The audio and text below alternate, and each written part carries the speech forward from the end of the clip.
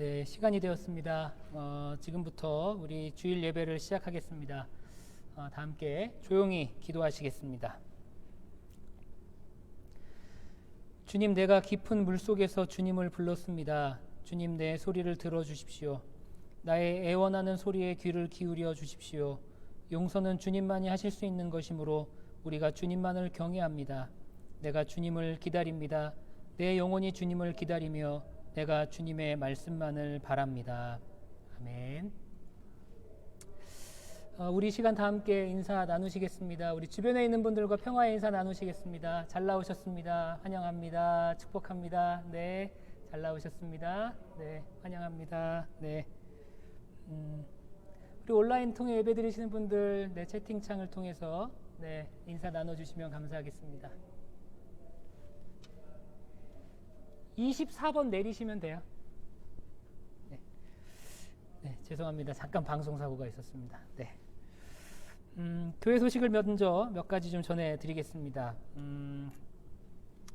아쉽지만 저희가 아마 다음 주부터 이 대면 예배를 드리지 못할 것 같습니다. 그래서 이번 주까지 대면 예배 드리고 다음 주부터는 온라인으로 예배를 드려야 될 것 같은데요. 우리 정부 지침도 그렇게 내려왔고, 그다음에 또 연회 지침도 그렇게 내려왔습니다. 그래서 당분간은 이 코로나 상황이 어떻게 될지 좀 추이를 지켜보면서 저희들이 일단은 온라인 예배로 그렇게 전향하도록 하겠습니다. 성도님들이 이렇게 예배에 나오시는 분들이 예배를 사모하셔서 이렇게 나오시는데 좀 아쉽지만 우리가 온라인을 통해서도 예배 자리에 여러분들이 잘 참여해 주시면 감사하겠습니다. 2030 컨퍼런스가 11월 25일부터 27일까지 온라인으로 모입니다. 원래 이제 등록 마감일이 어제였는데 주최 측에서 연락이 왔어요.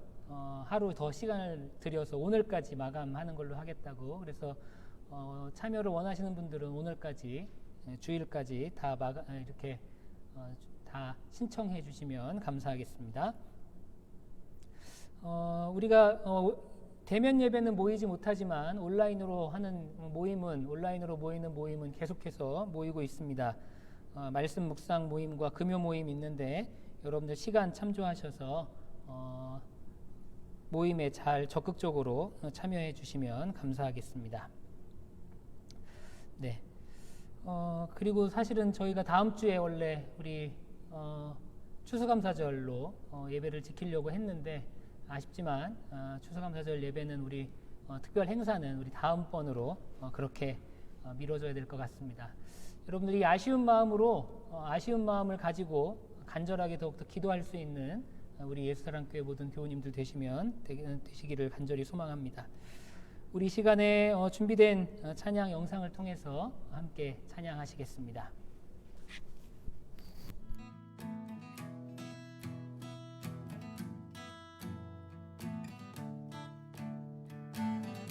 우리 모두 주님 앞에 기쁜 마음으로 찬양하시겠습니다.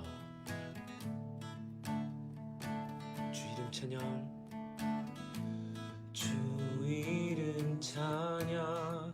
풍요의 강물 흐르는 부요한 땅에 살 때에 주님 찬양해. 주 이름 찬양. 거칠은 광야와 같은 인생길 걸어갈 때도 주님 찬양해. 모든 축복 주신 주님 찬양하리. 어떤 날이 다가와도 난 외치리. 주의 이름을 찬양해. 주의 이름을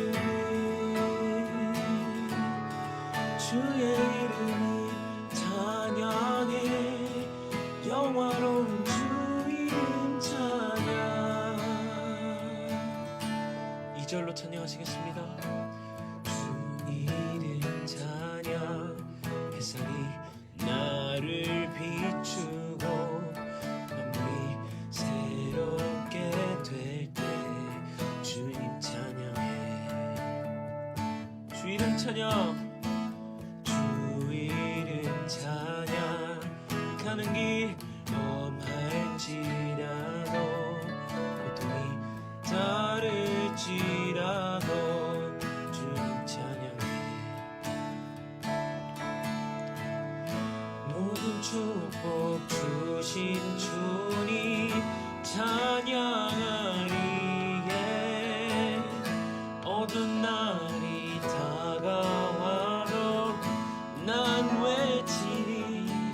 주의 이름을 찬양해. 주의 이름을 찬양해. 영화로운 주 이름 찬양. 주의 이름을 찬양해. 주의 이름을 주의 이름을 찬양해. 영화로운 주 이름 찬양. 주님은 주시며 주님은 주시며 주님은 찾으시네. 내 맘에 하는 말 주 찬양합니다. 주님은 주시며 주님은 찾으시네. 내 맘에 하는 말 주 찬양합니다. 주의 이름 찬양해.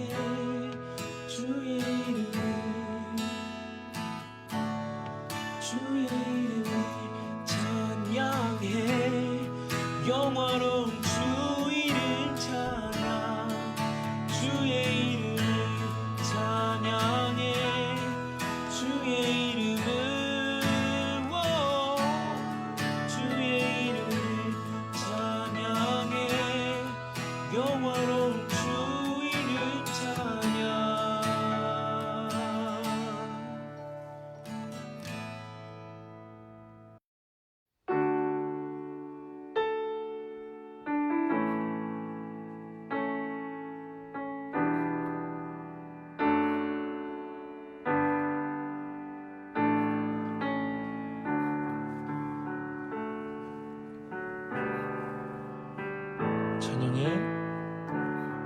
찬양의 열기 모두 끝나면 주 앞에 나와 더욱 진실한 예배 드리네. 주님을 향한 노래 이상의 노래. 내 맘 깊은 곳에 주께서 원하신 것. 화려한 음악보다 뜨거운 열정보다 중심을 원하시죠. 주님께 드릴 마음의 예배. 주님을 위한 주님을 향한 노래.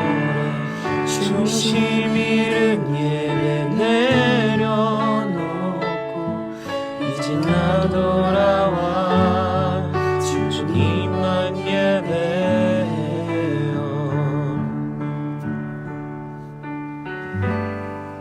영원하신 왕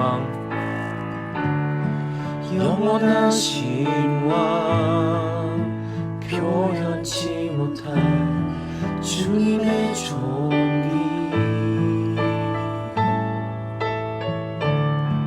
가난할 때도 연약할 때도 주는 모든 것. 노래 이상의 노래. 내 맘 깊은 곳에 주께서 원하신 것.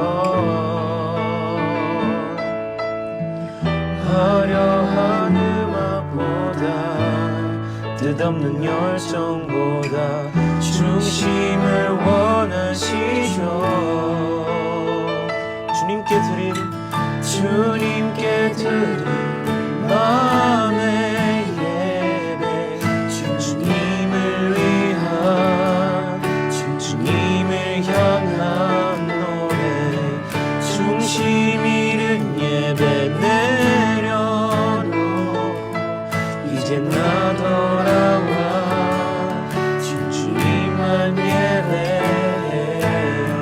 주님께 드린 마음의 예배, 주님을 위한, 주님을 향한 노래, 중심 잃은 예배 내려놓고 이제 나 돌아와 주님만 예배해요.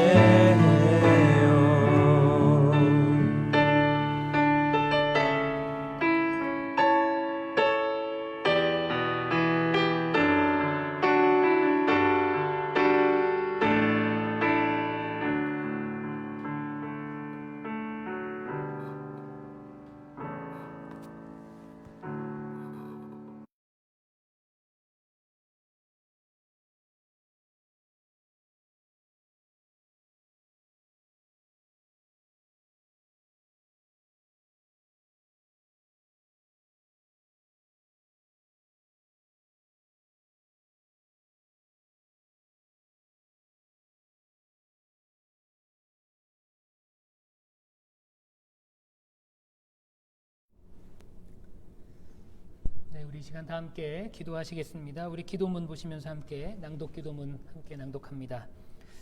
내게 있는 것을 잘 사용하게 하옵소서. 오 하나님, 나로 하여금 나의 생명을 당신께서 내게 원하시는 대로 사용하게 도와주옵소서. 나로 하여금 은사와 능력을 다른 사람을 위해 쓰게 하심으로 남을 행복하게 하고 세상을 유익해 하옵소서. 내가 가진 물질로 자신을 위한 이기적인 목적이 아니라 남을 돕는 일에 후히 쓰게 하옵소서. 나의 시간을 선한 일에만 지혜롭게 사용하도록 도와주옵소서. 이기적이거나 육적인 쾌락을 위해 쓰지 않고 남을 위해서 사용케 하옵소서. 나로 하여금 새로운 것을 깨닫고 자신을 발전시키는 일을 위해 노력하게 하시며 배우는 것을 게을리하지 않게 하시고 세상에 무익하고 썩어질 것들에 결코 마음을 두지 않게 하옵소서. 오늘 하루가 자신을 발전시키고 다른 사람을 유익해 하며 당신을 기쁘시게 하는 일에 쓰여지게 하옵소서. 예수님의 이름으로 기도드립니다. 아멘. 네, 이 시간 다 함께 하나님 말씀 봉독하겠습니다. 오늘 우리에게 주시는 하나님 말씀은 신약성경 요한복음 8장 10절과 11절 두 절 말씀입니다. 요한복음 8장 10절과 11절입니다. 제가 봉독하겠습니다. 예수께서 몸을 일으키시고 여자에게 말씀하셨다. 여자여, 사람들은 어디에 있느냐? 너를 정죄한 사람이 한 사람도 없느냐? 여자가 대답하였다. 주님, 한 사람도 없습니다. 예수께서 말씀하셨다. 나도 너를 정죄하지 않는다. 가서 이제부터 다시는 죄를 짓지 말아라. 아멘. 네, 하나님의 말씀입니다. 말씀을 주신 하나님께 감사드립니다. 네. 우리 다시 한번 인사하시겠습니다. 할렐루야. 네, 오늘 이렇게 예배 나오신 모든 분들 진심으로 환영합니다. 오늘 이 요한복음 8장 10절과 11절 두 절의 말씀을 가지고 모두를 용서하신 예수님이라는 제목으로 함께 말씀을 나누겠습니다. 제가 한국에서 사역할 때 함께 신앙생활했던 한 장로님이 계십니다. 이 장로님이 젊었을 때 겪으신 일이 있는데 그 이야기를 좀 여러분들과 함께 나누려고 그래요. 이 장로님이 이제 결혼을 하셨습니다. 아마 20대 후반에 결혼을 하셨는데 결혼해서 이제 얼마 안 있다가 아이를 출산하게 되었어요. 아이를 낳았습니다. 예쁜 딸아이를 낳았는데 그 아이가 얼마나 예뻤겠습니까? 저도 제 아들이 처음에 이 땅에 태어났을 때 그 병원에 이제 많은 신생아들이 있었는데 다 사실 어떻게 보면 이제 다 똑같이 생겼거든요. 거의 대부분 신생아들은. 근데 이상하게 제 아들이 제일 예뻐요. 그 수십 명 이렇게 신생아들이 이렇게 뭐라 그러죠? 거기 이렇게 다 누워 있는데 사실 다 똑같이 생겼습니다. 비슷비슷하게 생겼는데 생긴 건 비슷하지만 아무튼 예쁜 건 제 아들이 제일 예쁘더라고요. 그러니까 이 장로님도 아마 그 첫 딸이 얼마나 예뻤겠습니까? 너무 예쁘게 그냥 그렇게 처음 태어난 딸이니까 얼마나 예뻐했는지 몰라요. 그런데 병원에서 실수를 해서 그만 이 딸아이가 죽고 말았습니다. 정말 한순간에 너무나 허무하게 이 태어난 지 얼마 되지 않은 그 어린 생명이 의사의 실수로 인해서 죽게 되었다는 거예요. 그러니까 사랑하는 자녀가 죽었으니 이 장로님의 낙심이 얼마나 컸겠어요. 얼마나 마음이 아팠겠습니까? 장로님의 그 표현으로 하면 면도칼로 심장을 찢는 것 같은 그런 아픔이었다고 그렇게 얘기를 하시더라고요. 이 장로님의 부인은 이미 실신 상태로 아무것도 못하고 계시고요. 이미 그 뭐라 그러나요? 방바닥에 이미 거의 기절해 있고, 그리고 이 장로님도 아무것도 할 수 없어서 그냥 이 마루에 누워서 방바닥만 그냥 스그그 긁고 계셨대요. 아무것도 못하고 아무 생각도 안 나고요. 그냥 그렇게 방바닥만 긁으면서 왜 나에게 이런 일이 생겼을까, 그 슬픔을 사귀고 있었습니다. 그러고 있다가 어느 순간 의사를 죽이고 싶은 마음도 들고 병원에 불을 지르고 싶은 마음도 들고 막 별의별 생각이 다 들었다는 거예요. 그 장로님 표현에 의하면 인생에서 가장 큰 고통을 맛보았다고 그렇게 표현하시더라고요. 근데 너무 이제 그렇게 고통 가운데 있다가 이렇게 눈을 떠서 봤는데 책장에 이렇게 성경책이 하나 이렇게 꽂혀 있는 거를 이제 보신 거예요. 그래서 마음을 다잡아야겠다. 그래서 이제 성경을 펴서 마태복음을 펴서 이제 읽기 시작을 합니다. 마태복음 1장 1절에 이렇게 기록되어 있죠. 아브라함과 다윗의 자손 예수 그리스도의 세계라. 근데 이 장로님이 성경을 읽으려고 폈는데 그 1장 1절만 수십 번 수백 번을 읽게 되는 거예요. 다음으로 넘어가지질 않는 겁니다. 말씀도 눈에 안 들어오는 거예요. 아브라함과 다윗의 자손 예수 그리스도의 세계라. 그 밑으로 내려갈 수가 없는 거예요. 그만큼 마음이 힘들고 고통스러웠던 거죠.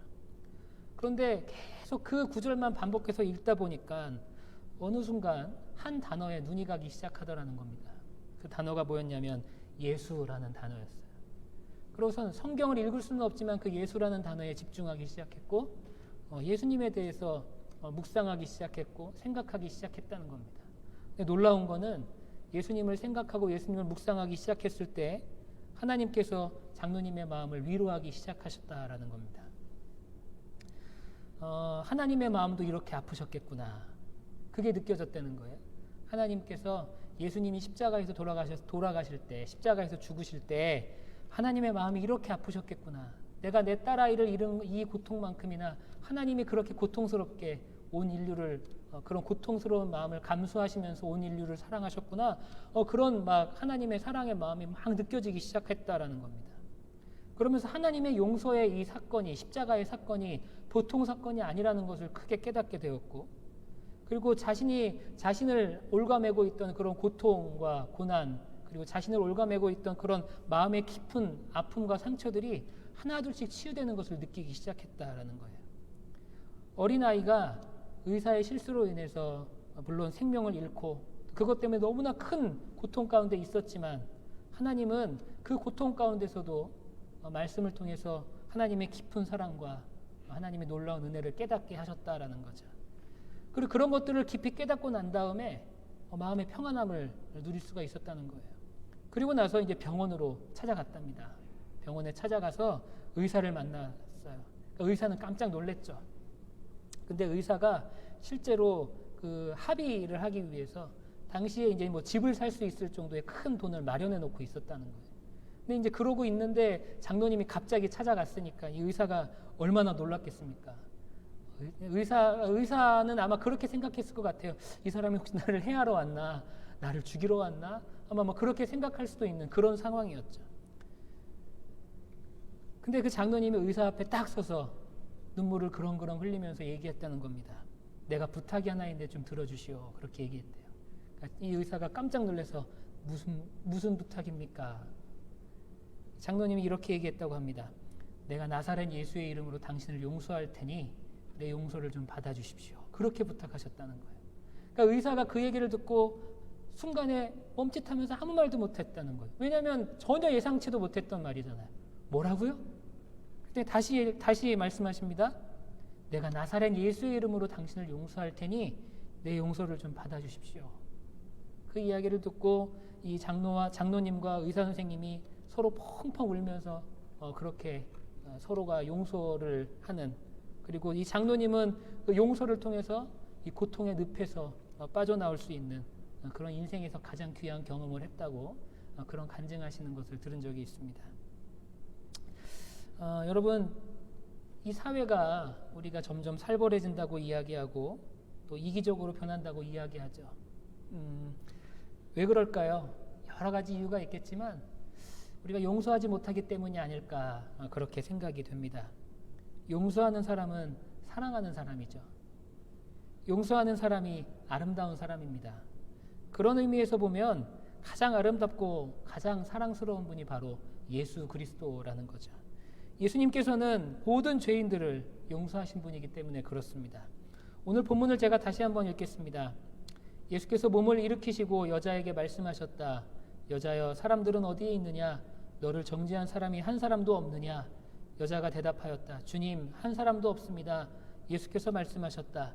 나도 너를 정죄하지 않는다. 가서 이제부터 다시는 죄를 짓지 말아라. 아멘. 여러분, 시대와 장소를 막론하고 사람이 모여 사는 사회에는 법이라는 것이 존재합니다. 규율이라는 게 존재를 하죠. 대한민국에도 헌법이 있고 이 미국에도 당연히 헌법이 있고 법이 있습니다. 대한민국에 사는 사람이라면 당연히 대한민국의 법을 따라야 되고요. 미국에 사는 사람이라면 미국의 법을 따라야 되고, 또 이 일리노이 주에 사는 사람이라면 일리노이 주의 법을 따라야 된다라는 거죠.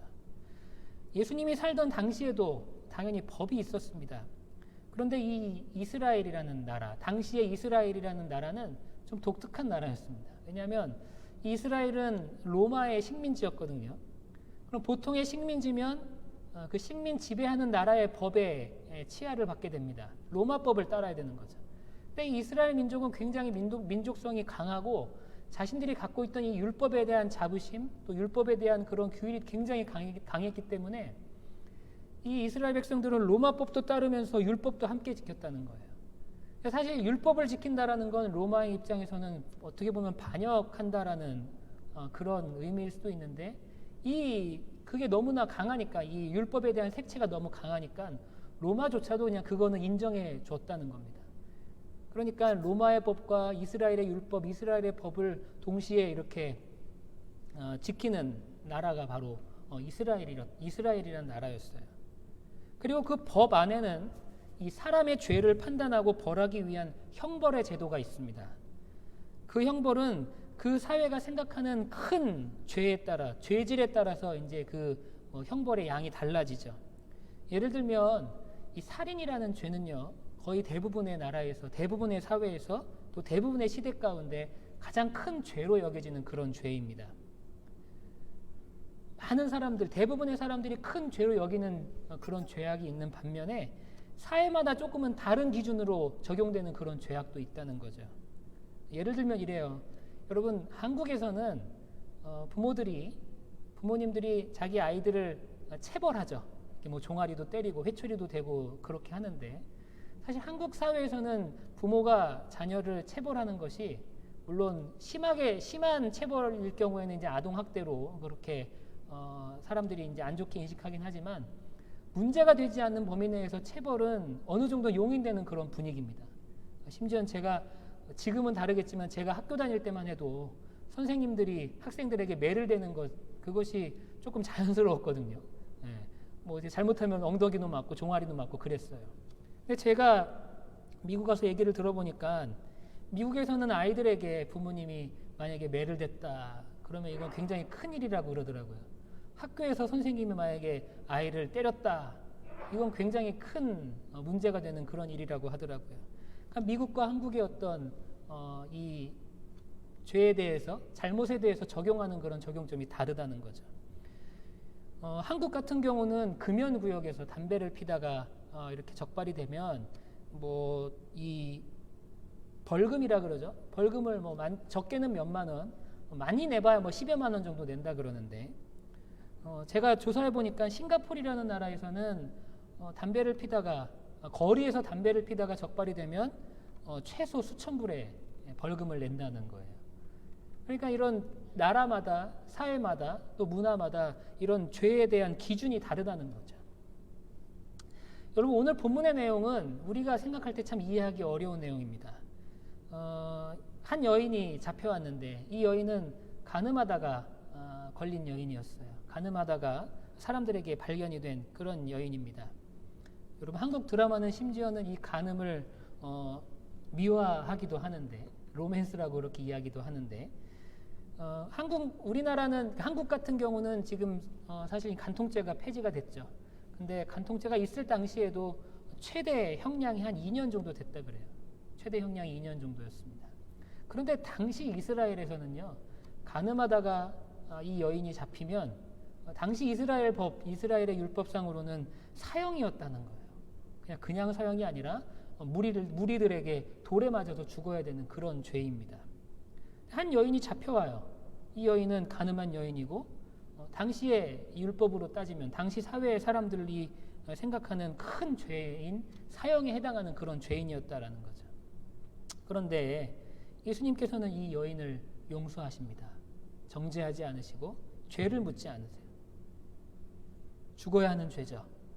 남들에게 돌에 맞아 죽어야 되는 그런 큰 죄를 저지른 여인임에도 예수님은 이 여인을 용서하셨다라는 겁니다. 여러분, 예수님께서 죄인을 용서하실 때 큰 죄인, 그냥 작은 죄인 구분해서 용서하시지 않으신다라는 사실을 우리가 좀 감사하며 그렇게 살아가야 되는 줄 믿습니다. 주님은 모든 죄인들을 용서하신다는 거예요. 모든 죄인들을 용서하십니다.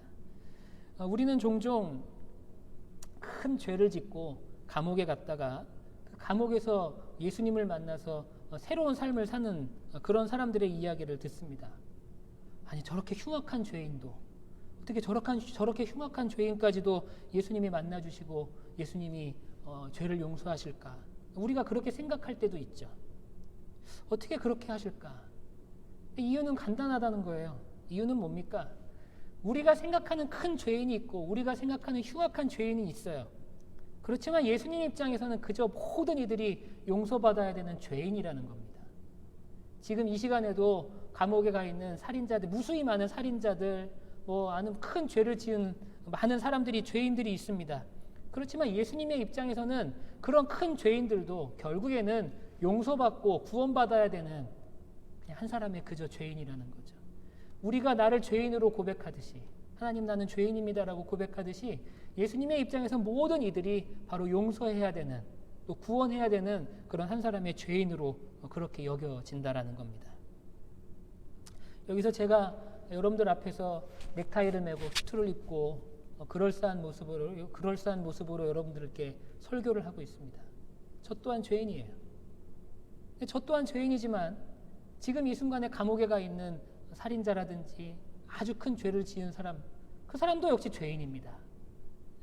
예수님의 입장에서는 모두 다 구원해야 되는, 모두 다 죄의 고리를 끊고 구원의 길로 걸어가야 되는 그런 불쌍한 한 사람의 죄인으로 예수님 모든 이들을 그렇게 바라보신다라는 거죠.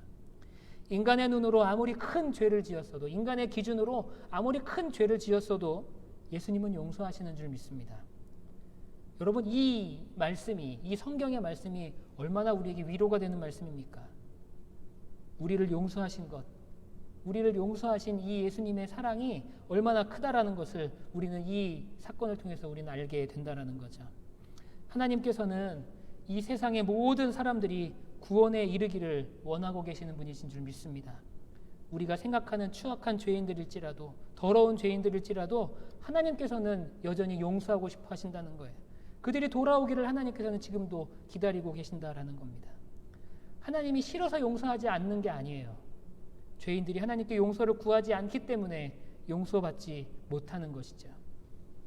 여러분, 이 시간에 용서하시는 하나님, 어떠한 죄악이라도, 어떠한 큰 죄인이라도 용서하시는 그 하나님을 여러분들이 의지하게 되시기를 바랍니다. 그리고 우리의 죄악들을, 우리의 잘못된 것들을 그 주님 앞에 모두 다 내려놓을 수 있는 회개의 축복을 누릴 수 있는 우리 모두가 되시기를 간절히 소망합니다. 예수님은 용서하시는 분이었어요. 그러면서 예수님께서는 우리도 용서하며 살라고 그렇게 말씀하셨습니다. 여러분들도 용서받은 죄인으로서 많은 이들을 용서하며 살 수 있는, 여러분들의 주변 사람들을 용서하며 살아갈 수 있는 그런 아름다운 성도의 삶을 살게 되시기를 간절히 축원합니다. 여러분, 이 땅의 모든 죄인들을 용서하신 예수님께서는요, 십자가에서 용서의 모범을 보여주십니다. 십자가 그 사건 자체가 예수님의 용서의 모범이었다라는 거죠. 누가복음 23장 34절에 보면 이렇게 기록이 되어 있습니다. 그때 예수께서 말씀하셨다. 아버지, 저 사람들을 용서하여 주십시오. 저 사람들은 자기네가 무슨 일을 하는지를 알지 못합니다. 그들은 제비를 뽑아서 예수의 옷을 나누어 가졌다. 여러분, 이 말씀에 보면 이렇게 기록이 되어 있습니다. 예수님이 저 사람들의 죄를 용서해달라고 말씀하고 계세요. 근데 그 사람이 누굽니까? 그 사람이 누구죠? 지금 예수님을 죽이려고 사형을 집행하고 있는 그 사람들이에요. 예수님을 죽이려고 하는 사람들입니다. 그 사람들은 예수님을 가장 고통스럽게, 어떻게 하면 가장 고통스럽게 죽여야 되는지 그거를 잘 알고 있었던 사람들이에요. 사형 집행의 베테랑들입니다. 예수님에게 가장 큰 고통을 안겨줄 사람들이에요. 그렇지만 예수님은 그들조차도 용서해달라고 지금 기도하고 계시는 겁니다. 그들은 사람을 죽이는 방법은 알고 있었어요. 그렇지만 그들은 예수님이 하나님이신 줄은 몰랐습니다. 예수님이 자신들을 구원하기 위해 이 땅에 오신 메시아이심을 몰랐던 그런 사람들이라는 거죠. 예수님이 구원자임을 몰랐다라는 거예요. 자신들이 그 구원자를 지금 죽이고 있다라는 것도 모르고 있었습니다. 그러나 예수님은 그런 그들도 십자가에서 용서하셨습니다. 죄가 죄인 줄도 모르고 하나님의 아들을 죽이고 있는 그 사람, 심지어는 자기 자신을 죽이려고 지금 제비 뽑으면서 예수님을 농락하고 있는 그 사람들조차도 예수님은 십자가에서 용서하셨다라는 거죠. 여러분, 십자가는 사실은 사형의 상징이고 죽음의 상징입니다. 그런데 그 십자가에서 예수님은 이 십자가를 죽음의 상징에서 용서의 상징으로, 사랑의 상징으로 바꿔 놓으셨다라는 겁니다. 여러분, 아마 2000년 전에 로마 사람들이 현대에 와서 우리를 보면 막 깜짝 놀랄 겁니다. 여기도 이제 오신 분들 중에 아마 이 십자가 목걸이를 아마 차고 계신 분들이 있을 거예요. 십자가 목걸이. 이거 만약에 로마 사람들이 보면 아마 깜짝 놀랄 일입니다. 제일 흉악한 이 사형의 도구를 목걸이로 차고 있으니, 어떤 분들은 귀걸이도 하고 다니시기도 하고요. 심지어는 반지에도 십자가가 이렇게 그려져 있기도 한데, 아마 이 로마 사람들이 보면 아마 기절 촉풍할 일일 겁니다. 가장 저주스러운 죽음을 상징하는 그 십자가를 액세서리로 달고 다니는 걸 보면 깜짝 놀랄 거죠. 우리가 이 십자가를 그렇게 달고 다닐 수 있는 이유 무엇입니까? 예수님이 저주의 상징이었던, 죽음의 상징이었던 그 십자가를 용서와 사랑의 상징으로 바꾸어 주셨다라는 거죠. 여러분, 십자가의 모범을 보여주셨어요. 우리도 예수님처럼 용서하며 살아야 합니다. 예수님이 사랑하셨듯 우리도 사랑하며 살아야 된다는 거예요. 여러분들의 이웃들, 여러분들의 주변에 있는 친구들, 여러분들의 주변에 있는 모든 이들과 화평하면서 예수님의 십자가의 모범을 따라서 우리도 그렇게 살아가야 된다라는 거죠. 그렇다면 우리도 예수님처럼 용서하며 살아가야 되는데, 우리가 그럼 어떻게 하면 용서하며 살아갈 수 있을까? 어떻게 그 용서를 실천하며 살아갈 수 있을까? 누가복음 11장 2절에서 4절까지의 말씀을 제가 봉독합니다. 누가복음 11장 2절에서 4절입니다. 예수께서 그들에게 말씀하셨다. 너희는 기도할 때에 이렇게 말하여라. 아버지, 그 이름을 거룩하게 하여 주시고 그 나라를 오게 하여 주십시오. 날마다 우리에게 필요한 양식을 내려주십시오. 우리의 죄를 용서하여 주십시오. 우리에게 빚진 모든 사람을 우리가 용서합니다. 우리를 시험에 들지 않게 하여 주십시오. 이 본문은 우리가 잘 아는 예수님께서 제자들에게 기도의 모범을 보여주시는 그런 장면입니다. 기도의 모범 속에 예수님께서 이렇게 기도하라고 우리에게 알려주신 그 기도의 모범 속에 뭐라고 기록이 되어 있냐면 우리가 용서합니다 라고 기록이 되어 있어요. 여러분, 예수님이 가르쳐 주신 그 기도 속에 용서에 대한 본문이 있다는 거예요. 용서에 대한 내용이 있다는 겁니다. 왜냐하면 그만큼 용서가 중요하고 용서가 그만큼 어렵기 때문에 그렇습니다. 우리의 힘으로는 아무리 용서하려고 해도 용서하기 힘들죠. 우리는 인간이기 때문에 그렇습니다. 때문에 우리가 해야 될 일은 무엇일까요? 가장 먼저 용서하기 위해서 기도해야 된다라는 거죠. 여러분들이 혹시 누군가를 용서해야 되는 상황이라면 먼저 기도하게 되시기를 바랍니다. 보편적으로 우리가 기도하는 사람은 어떤 사람이죠? 우리가 좋아하는 사람들을 위해서 기도를 더 많이 하게 되죠. 나와 친한 사람, 또 나와 관계가 있는 사람, 또 내가 좋아하는 사람, 그런 사람들을 위해서 우리가 축복하면서 중보 기도할 때가 많이 있습니다. 나를 어렵게 하고 내게 잘못한 사람을 위해서 기도하는 건 쉽지 않아요. 그렇지만 예수님께서 우리에게 보여주신 기도의 모범 속에는 용서해야 되는 그 기도의 내용이 있다는 사실 여러분들이 꼭 기억하십시오. 그리고 우리가 정말로 용서하기 힘든 그런 사람일지라도 우리는 먼저 그들을 위해서 기도해야 됩니다. 근데 여러분들 중에 그렇게 저에게 반문하실 분이 계셔요. 용서하고 싶어도 용서가 안 되는 사람이 있어요. 기도하고 싶은 마음조차도 안 생기는 사람이 있습니다. 그럴 때는 어떻게 합니까? 저는 여러분들에게 그렇게 대답하고 싶어요. 그렇게라도 기도하십시오. 주님, 내가 저 사람을 용서하고 싶은데 용서가 안 됩니다. 그렇게 기도하시면 돼요. 주님, 내가 저 사람을 미워하고 싶지 않은데 계속 저 사람이 밉습니다. 우리는 그렇게라도 기도를 시작해야 된다는 거예요. 여러분, 차라리 주님, 내가 저 사람들을 용서합니다. 마음속으로는 미워하면서 용서한다라고 그런 가식적으로 기도하는 것이 아니라 그냥 그 용서에 대해서 진실하게 하나님께 기도하는 게 더 중요한 것 같습니다. 용서가 되지 않는다고, 내가 저 사람 자꾸만 미워진다고 그렇게 그냥 진실하게 하나님께 기도하는 것, 그것이 중요하다라는 거죠. 그렇게 솔직하게 주님께 고백하십시오. 그렇게 고백하는 순간 하나님께서는 우리의 마음을 움직이기 시작하신다라는 거죠. 여러분, 우리가 우리에게 잘못한 사람을 용서하고 또 그 사람들을 위해서 기도하는 것이 쉬운 일은 아니죠. 참 어려운 일입니다. 그러나 용서를 위해서 여러분들 기도하게 되시기를 바랍니다. 그리고 하루가 가기 전에, 그날이 가기 전에 용서의 기도를 하십시오. 그렇게 될 때 우리가 십자가에서 보여주신 그 예수님의 용서의 모범을 따라 살아갈 수 있는 발판이 마련될 수 있는 줄 믿습니다. 그리고 우리가 그렇게 기도했다면, 우리가 그렇게 기도하기 시작했다면 반드시 용서를 표현해야 됩니다. 이게 참 중요한 것 같아요. 표현해야 된다는 거죠. 여러분, 우리가 느끼고 생각하는 것을 표현하는 방법이 참 많이 있죠. 때로는 눈빛만으로, 이렇게 눈빛만 보면 그 사람이 뭘 얘기하는지 이렇게 알 수가 있습니다. 제가 여러분들이 이렇게 눈빛을 보면 여러분들이 저에게 뭘 원하는지 이렇게 알 수 있어요. 어떤 분들의 눈빛은 지금 저에게 그렇게 간곡하게 얘기하고 있습니다. 설교 좀 빨리 좀 끝나면 좋겠다. 이렇게 이런 눈빛으로 저를 바라보시는 분들도 있는 것 같아요. 근데 우리가 이렇게 눈빛만 보면, 또 때로는 좀 오래 같이 산 사람이라면 그 사람의 걸음걸이만 봐도, 말투만 들어도 그 사람의 감정이 어떤지 알 수 있을 때가 있죠. 그런데 표현하지 않으면 알 수 없을 때가 있습니다. 그리고 표현하면 더 잘 나타나는 것들이 있어요. 대표적인 것이 바로 사랑하는 마음과 용서하는 마음입니다. 물론 우리가 사랑하면 눈빛만 봐도 사랑을 느낄 수 있죠. 숨소리만 들어도 사랑을 느낄 수 있죠. 그렇지만 사랑을 표현하면 그 사랑의 느낌이 더욱더 배가 된다는 거죠. 사랑합니다 라고 이야기하는 것, 내가 당신을 사랑해요 라고 이야기하는 것, 그렇게 표현하는 것, 그게 참 중요하다는 겁니다. 사랑을 표현하는 것만큼 중요한 게 뭘까요? 용서를 표현하는 겁니다. 용서를 표현하는 것. 표현해야 돼요. 내가 용서를 구할 때도 그렇고, 내가 누군가에게 잘못했다고 용서를 구할 때도 그렇고, 남을 용서할 때도 그렇습니다. 확실하게 표현을 해야 돼요.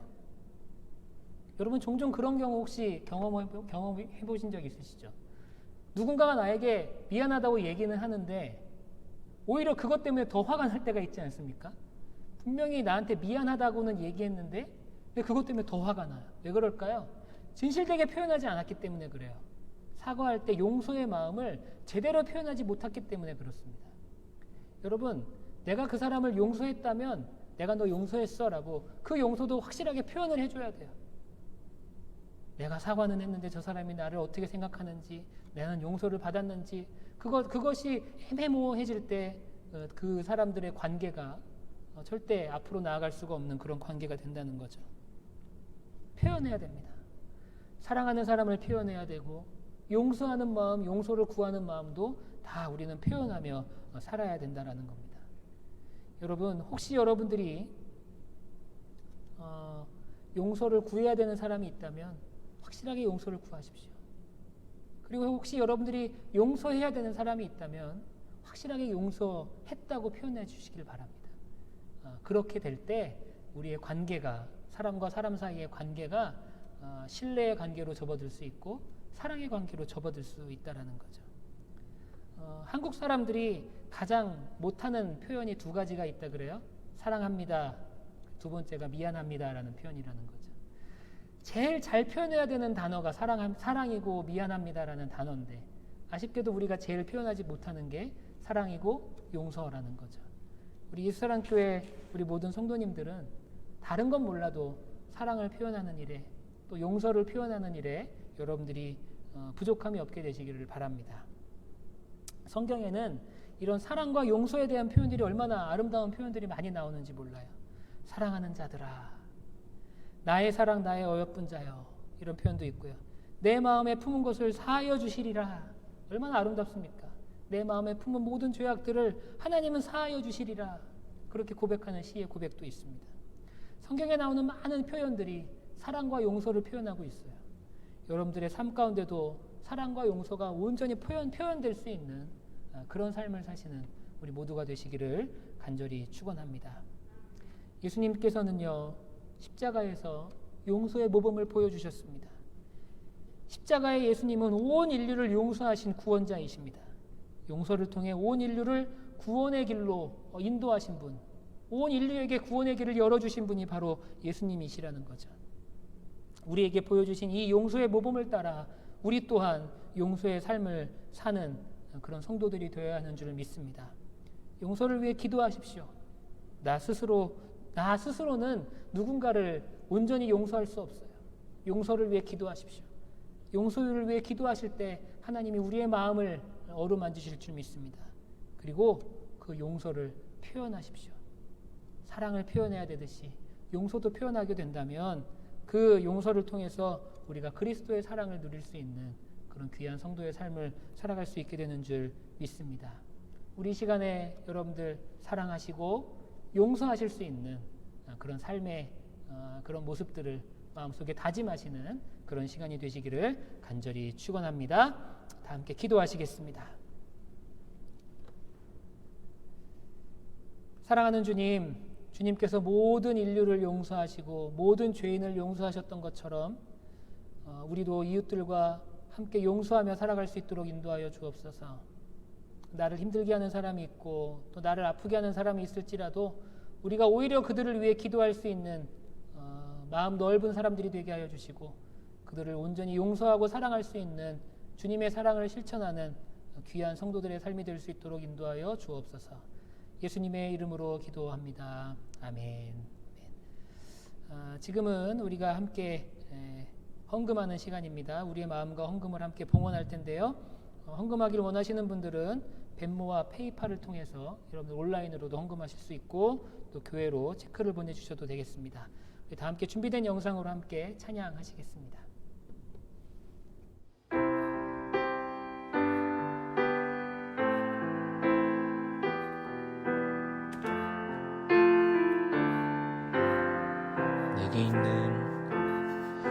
내게 있는 향유 가죽에 가져와 그 발 위에 입 맞추고 드립니다. 나를 위해 험한 산길 오르신 그 발 걸음마다 크신 사랑 새겨놓았네. 처음부터 찬양하시겠습니다. 내게 있는 향유옥합 주께 가져와 그 발 위에 입 맞추고 드립니다. 나를 위해 십자가에 나를 위해 십자가에 달리신 그 발 흘린 피로 나의 죄를 대속하셨네. 내게 있는 향유옥합 주께 가져와 그 발 위에 입 맞추고 드립니다. 주님 다시 이 땅 위에 임하실 그때 주의 크신 사랑으로 날 받아주소서.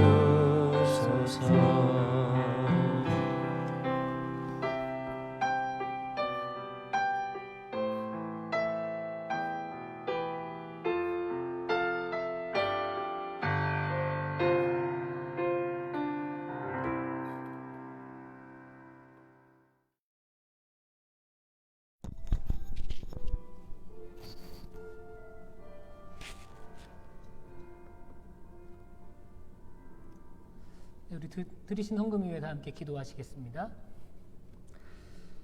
주님, 오늘도 저희들 주일을 맞이하여서 주님께 예배할 수 있도록 인도하심에 감사합니다. 함께 모이기 어려운 시대가 되었고 또 성전을 찾는 것이 힘든 시대가 되었지만 우리들의 마음은 늘 하나님께 향하게 하여 주시고 우리들의 눈이 늘 주님의 십자가를 바라볼 수 있도록 인도하여 주옵소서. 주님의 십자가를 바라보며 용서하며 사랑하며 살아가는 우리 모두가 될 수 있도록 인도하여 주옵소서. 어려운 중에도 또 주님께 감사하는 마음으로 주님의 은혜에 보답하는 마음으로 저희들이 여러 가지 모양으로 예물을 드립니다. 이 예물 주님께서 받아 흠양하여 주시고 이 예물이 쓰이는 곳마다 주의 향기가 나타날 수 있도록 인도하여 주옵소서. 이제는 우리 구주 예수 그리스도의 은혜와 아버지 하나님의 무한하신 사랑하심과 성령님의 감화감동 역사하심 충만케 하심이 함께 예배하는 우리 모든 성도들과 그들의 삶의 자리 가운데 이제로부터 영원히 함께 하시기를 간절히 축원하옵나이다. 아멘. 네, 주일 예배를 모두 마치겠습니다. 감사합니다. 오늘 특별히 우리 수장 권사님께서 우리 여러분들 위해서 잡채를 해오셨습니다. 네, 여러분 맛있게 드시고 가시면 좋을 것 같고요. 간단하게 드시고 가시면 되겠습니다. 그리고 우리 센터 우리 성도님들께서 계속 번갈아 가면서 매주 이렇게 여러분들을 위한 간식을 마련해 주고 계시는데 진심으로 감사드립니다. 오늘도 맛있게 먹겠습니다. 네, 감사합니다. 예배를 모두 마치겠습니다.